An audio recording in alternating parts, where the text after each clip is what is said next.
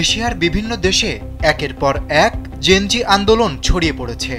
সংসদ সদস্যদের আজীবন পেনশন ভাতা আর বিলাসবহুল গাড়ি কেনার পরিকল্পনার বিরুদ্ধে মঙ্গলবার থেকে সড়কে নেমেছে হাজারো মানুষ। এর বেশিরভাগই তরুণ, যাদের বলা হচ্ছে জেনজি প্রজন্ম। মঙ্গলবার প্রতিবাদকারীরা রাস্তায় টায়ার জ্বালিয়ে অবরোধ সৃষ্টি করেন। সে সময় তারা একটি সরকারি গাড়িতে আগুন দিয়ে দেন। পুলিশ টিয়ার ছুড়ে আন্দোলনকারীদের ছত্রভঙ্গ করার চেষ্টা করে। আন্দোলন শুরু হওয়ার ঘণ্টাখানেকের মধ্যেই সরকার দুটি পরিকল্পনাই বাতিল করে। তারপরও প্রায় 2000 জন প্রতিবাদকারী রাস্তায় ফিরে আসেন। স্যান্ডেলিনা সো, রূপচর্চায় আভিজাত্য। আসলে এমপিদের জন্য গাড়ি কেনা নিয়ে এটাই প্রথম বিতর্ক নয়। 2008 সালেও একই পরিকল্পনায় ছাত্র সমাজ বিক্ষোভে নেমেছিল, কিন্তু এবার আন্দোলন প্রকৃত অর্থে বড় রূপ নিয়েছে।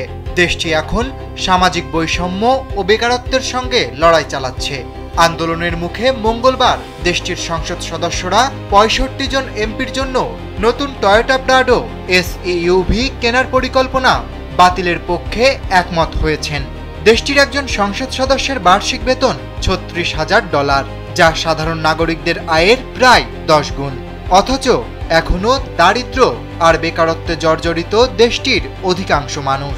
জেনজি নেতাদের অভিযোগ, আইন প্রণেতারা বিলাসবহুল গাড়ি চাইলেও সাধারণ মানুষ জীবনযুদ্ধে হিমশিম খাচ্ছে। জেনজি আন্দোলন চলছে দক্ষিণ পূর্ব এশিয়ার ছোট দেশ পূর্ব তিমুরে। দেশটির এই আন্দোলন এমন সময় হচ্ছে যখন এশিয়ার বিভিন্ন দেশে একই ধরনের ঘটনা ঘটছে। শ্রীলঙ্কা, বাংলাদেশ, নেপালে এমন আন্দোলন সরকারের পতন পর্যন্ত গড়িয়েছে। তাছাড়া ইন্দোনেশিয়াতেও সংসদ সদস্যদের অতিরিক্ত সুযোগ সুবিধার বিরুদ্ধে সড়কে নেমেছেন জেনজি তরুণরা।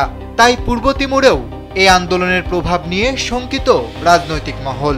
জাতিসংঘের তথ্য বলছে পূর্ব তিমুরের 70% মানুষই 35 বছরের নিচে। দক্ষিণ পূর্ব এশিয়ার সবচেয়ে তরুণ এই দেশ গণতন্ত্রের দৃষ্টান্ত হলেও অর্থনৈতিক বৈষম্য আর তরুণদের ক্ষোভ এখন নতুন চ্যালেঞ্জ হয়ে দাঁড়িয়েছে। জেনজি আন্দোলনের এই ঢেউ এবার কত দূর গড়ায় তাই এখন দেখার বিষয়।